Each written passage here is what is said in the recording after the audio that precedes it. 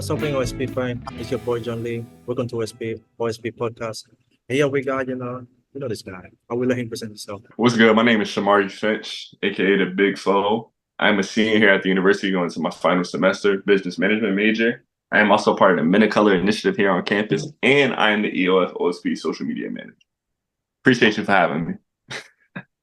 You're one of those guys that I always look up to, instead of like academics. You know me from the program when I came in the summer 2022. It was for me. You always were, around here, around there. So we didn't talk that much, but after you made that interview to myself, I was like, yeah, this guy is one of those that I can look up to continue my path here in the university. I got this question for you. So, who is Shamari Finch? Like I said before, I'm business management major here at the university. I'm a senior going to my final semester this fall coming up. Outside of that, I am a gamer, I am a streamer, I'm a content creator, I'm a model. I'm a jack of all trades. I'm an open book, literally. Yeah, that's good. That's good. So, you mentioned Men of Color Initiative. Can you already open more on that? All right, so the NJCU MENA Color Initiative, this is ran, directed by OG Professor Lenny Williams, the man with the plan. But this MENA Color Initiative, it aims to increase the retention rate, graduation, involvement on campus, and overall success with students who identify as men of color. That's basically the whole sum of it. All right. So, I'm part of the Men of Color too. And I always was around you, at the office as well. We were together as the Men of Color program too for the OSP as well. But Mm-hmm. this one was different. Uh, how did you gather 100+ men for the program? So this is what happened. So the director, Professor Lenny Williams, he had brought to my attention that this initiative was starting, and I was glad to join it. I wanted to be a part of it. And it started up about last summer. So we was kind of trying to cook up ideas on how can we get men of color that attend NJCU to hop on the board with this, because this is really, it's going to be very beneficial to all men of color that attend this university. So I was starting to brainstorm on certain things, and I'm like, what can be, heavily influenced with culture? So the first thing that popped up was sneakers. For those who don't know, I am a big sneakerhead. I live for sneakers. It's like therapy for me. And I decided to start a sneaker challenge called 18 Days, 18 Kicks, just to get more involvement with students around the campus, especially the ones that identify as men of color. And it was like, all right, let's kick it off. The first day we started, it was just me, Professor Williams, and Jeff Dess from CLE. And then certain people started to notice it, like, oh, all right, this kind of looks cool. So other men of color, it's a way to connect because it's something through culture. It's like, oh, I got good sneakers. I got sneakers. I want to be involved in this. So as people was joining in more and more and more, it went from like 3 people in the video a day to 20 plus, 30 plus. Then we got faculty and staff involved. And it just became a huge thing around campus. So 18 days, 18 kicks, it literally brought everybody outside in a sense. And after that, we got 100+ men to sign up. And then the Men of Color Initiative was well recognized around the campus. So through that challenge that I started, that was just something that I love sneakers. Let's do this thing. It popped off. 100+ people joined.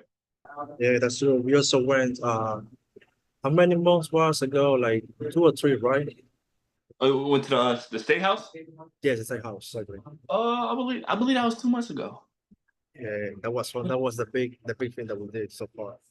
It was lit, yo. It was like we shifting the narrative. You don't really get to see a lot of men of color in the State House, so just that alone was kind of amazing. The experience was great. You see all the people that's working in there just to stare at us as we walk through the halls.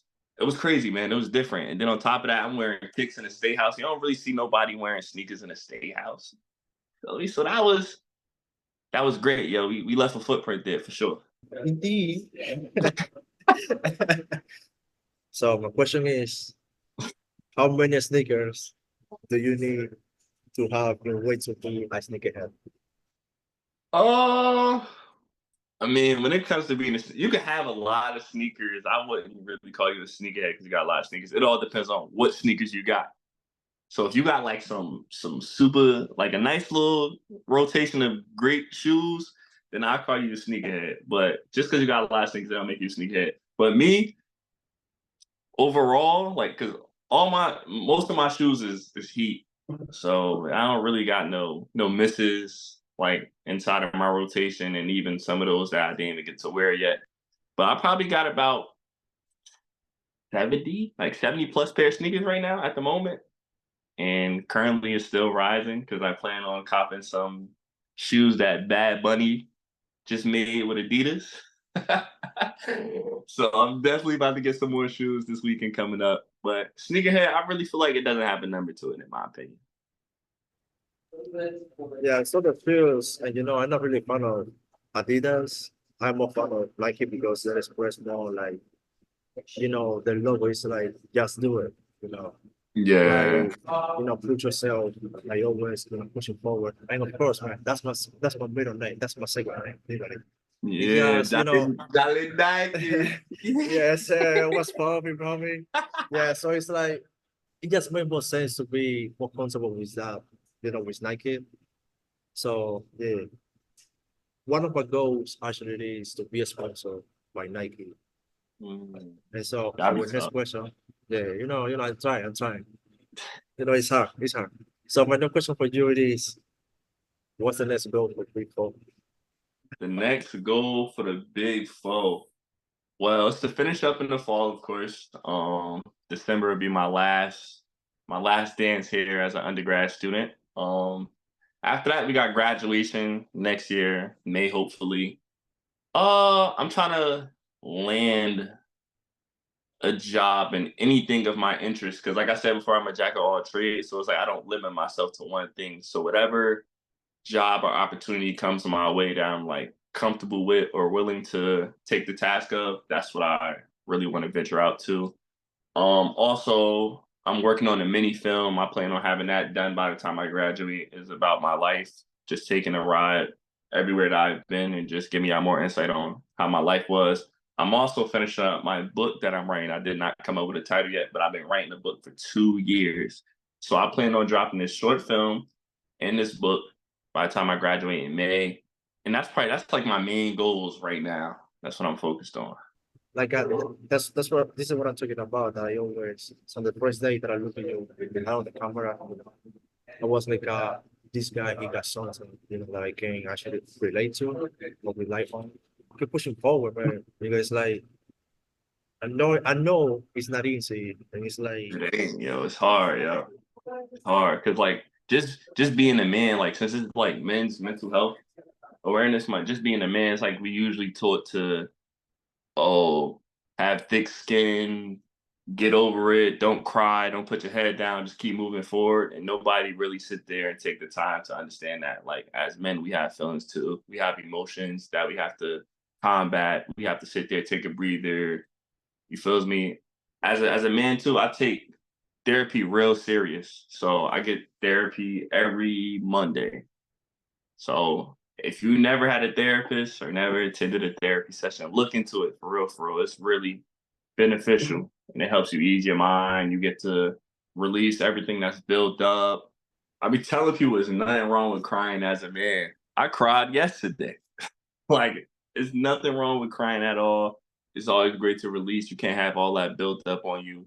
It may force you to fall off course. You don't want to do that. But it's like certain things, it's like you can't really help.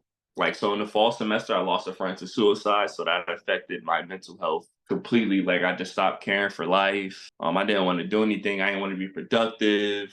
And I just kept all that bottled up. And from me doing that, I failed the whole fall semester. Like, I got straight F's. So it was like, wow. But me not realizing that I have a great support team behind my back, I could always go speak to OG Lindy Williams in the Minnetonka office. I could always go speak to Jeff and CLE. I could always go speak to Mel, Vic, the whole CLE staff. I could always go to EOF and speak to anybody in EOF. I could always go to my friends that's here and speak and release. And certain things that I do, like journal. I like to go sightseeing. And last night I went to the waterfront just to catch some air, clear my mind. There's so many ways to combat mental health, so many ways. So it's just finding that outlet and running with it. What do you do to keep yourself disciplined and focused and motivated? I decided to develop a routine every day that I follow. So it's to keep me like on track with everything I do. Like if I break routine, I know something is wrong. I hold myself accountable for a lot of things. Always make like a list of things to do. And as I do those things, I would check it off. Like literally, for example, I got a syllabus for like my classes and my binder. Every time I do an assignment, check off, check off, check off, check off. And I will have the date that I'm going to do it, and I'll make sure I do it on that date. So it's developing a routine and just sticking with it. Like it's hard to really teach self-discipline. It just had to be built up over time because it wasn't like I just woke up one day and I'm like, oh yeah, this is the routine. I'm gonna stick to it. It was never that. It was kind of hard for me to even get up and do what I do. But now since I got a consistent routine, it's lovely. Also, stay around the right crowd of people. Like as me, being Shamari, Big Foe, whatever you want to call me, I'm a student leader here on campus. So whenever you see me and I'm chilling with certain people, 9 times out of 10, matter of fact, 10 times out of 10, I'm with student leaders. I'm with student leaders or I'm with professional staff at the university. So just to be in those spaces and around those crowds, that's something you really have to do. You don't want to fall behind. You know it's gonna be some failures and stuff around here. You don't want to be around that. So just placing yourself in good spirits, good vibes, and that's how I stay on my grind, basically. Yeah, because people will look at me and think I'm like super Hollywood. Like I get profiled a lot. Everybody like, yo, I'm cool with everybody, or you know everybody, or this your friend, that's your friend, everybody your friend. I mean, just a good dude. I just handle my business, be where I need to be, not in the wrong crowd. I mean, if you want to be my friend, just make sure you're on your grind. That's it. I can't be around people that's not like motivated to want to win. It's gonna bring me down. I was about to ask you, you have your daily routine, when you were like day one before, Yeah, the daily entries. Yeah, when they come in again. I might like the purpose of that daily entry was just to show the bounce back and that a student could come back from anything that happened. That's like I said before in the fall, I failed every course due to poor mental health. So just to know that I was going to be recording and documenting myself every day, I had no choice but to be better because like I'm not going to record something that's bad and I'm not achieving what I want to achieve. I'm not about to post me slacking off or doing what I'm not supposed to be doing. That whole daily entry is just to run just every day, showing people that all right, this routine is consistent. This is what you do to bounce back. If you need help, like trying to structure out how you're gonna do your schoolwork, the places to be, who I'm talking to. So things like that, the daily entry was for that purpose. But if I was to bring it back, it'll probably be in the fall if I was to ever do daily entries again. As of now, it's just like I achieved my goal of the daily entries. And it was just to show that I could go from a student who got all F's to a student who got all A's and hit Dean's List. So that was the purpose of it. We started going to the gym now. Like every day I see Yeah, yeah. we in the gym now. So it's like, like I said, you gotta find out those people that make you push you to be better. Yes. So to close this up, do you have any advice for the coming freshmen? For incoming freshmen, the advice that I would give is worry about today, not yesterday. Yesterday already happened, so just lock in with what you got going on today. Don't follow the wrong crowds. Don't try to be in the mix. Just navigate your way to where it's light at and stick there. You don't want to be in the dark. What else can I say? Utilize your support system. Coming into this university, especially if you're coming into the EOF program, you have probably the largest support system on campus. You have academic advisors, your counselors, you got the career coaches, we got our own financial aid advisor, you got tutoring, you got other peers that's in the same group as you. So connect with your peers that you meet throughout the program and just lock in. I'm telling you, everything is going to be fine. Just stick to the plan and you'll be all right. All right, so this is the OSP podcast. So this is Jolly Nike, and here with the homie. The big foe. See ya.